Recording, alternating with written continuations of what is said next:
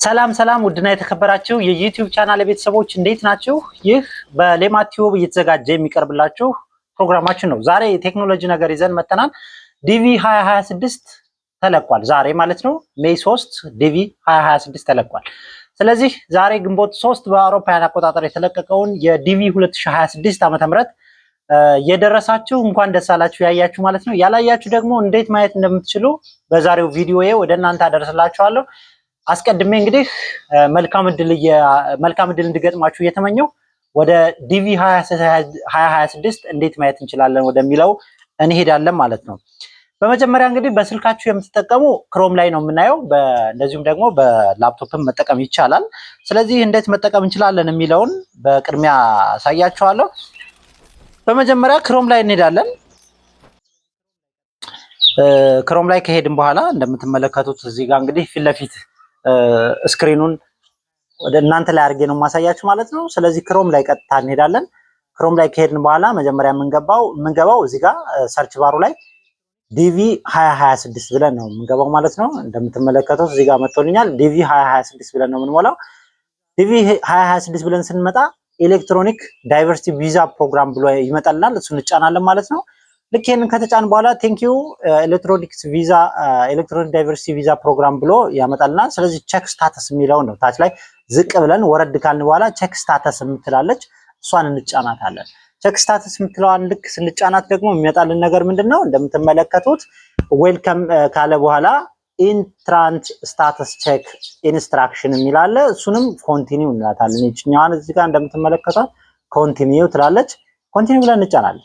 ስለዚህ ኮንቲኒው ብለን ከተጫን በኋላ ቀጥታ የሚመጣልን የዲቪ ኮንፊግሬሽን ነምበራችንን እንድናስገባ ነው የሚጋብዘን ማለት ነው። እንግዲህ እዚህ ጋር እንደምትመለከቱት ሶስት ነገሮች ናቸው የሚጠበቁብን። በመጀመሪያ የኮንፈርሜሽን ነምበራችንን እንድናስገባ ይጋብዘናል። ቀጥለን ደግሞ ፋሚሊ ወይም ላስት ኔም የሚባለው የአያታችንን ስም፣ ቀጣይ ደግሞ የተወለድንበትን ዓመተ ምህረት እንድናስገባ ይጠይቀናል ማለት ነው። ከዛም መጨረሻ ላይ ይችን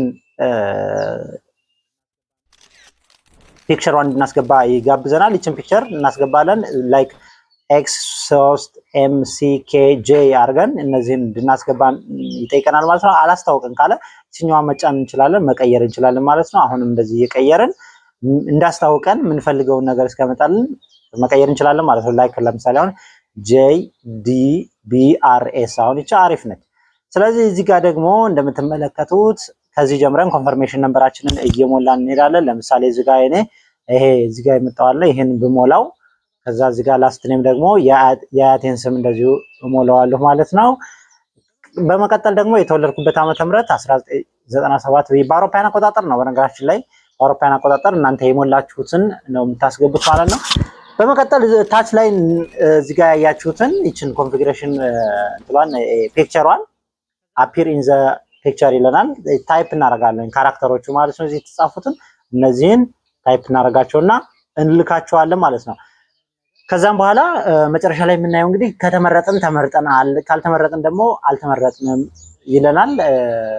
ተመርጣችኋል አልተመረጣችሁም የሚል ነገር ይመጣልና ማለት ነው። እሱን ነገር አይተን እንግዲህ ደስታችንን ማጣጣም ነው። ካልተመረጥንም እንግዲህ ቀጣይ ደግሞ አልተመረጥንም ብለን ቀጣይ እንሞላለን ማለት ነው። በቀጣይ ላሳያችሁ የፈለኩት ደግሞ ኮንፊግሬሽን ነምበራችሁ የጠፋባችሁ ኮንፈርሜሽን ነምበራችሁ የጠፋባችሁ ከየት ነው የምታመጡት፣ ኮንፈርሜሽን ነምበሩ ከየት ነው የሚገኘው የሚለውን ነው። ልክ አሁን ከላይ እንደመጣ ነው እንግዲህ እዚህ ጋር ዲቪ 2026 ብለን እንሞላለን። አሁንም በተመሳሳይ በዛው አካሄድ ማለት ነው። ልክ ይሄንን ከገባን በኋላ ኤሌክትሮኒክስ ዳይቨርሲቲ ቪዛ ፕሮግራም የሚል አለ። እሱን እንጫናለን። ከዛም አሁንም ቼክ ስታተስ የሚል ይኖራል። እሱን እንጫናለን። በመቀጠል እንግዲህ ዌልከም ካለን በኋላ ተመሳሳይ ነው ኮንቲኒው ይለናል።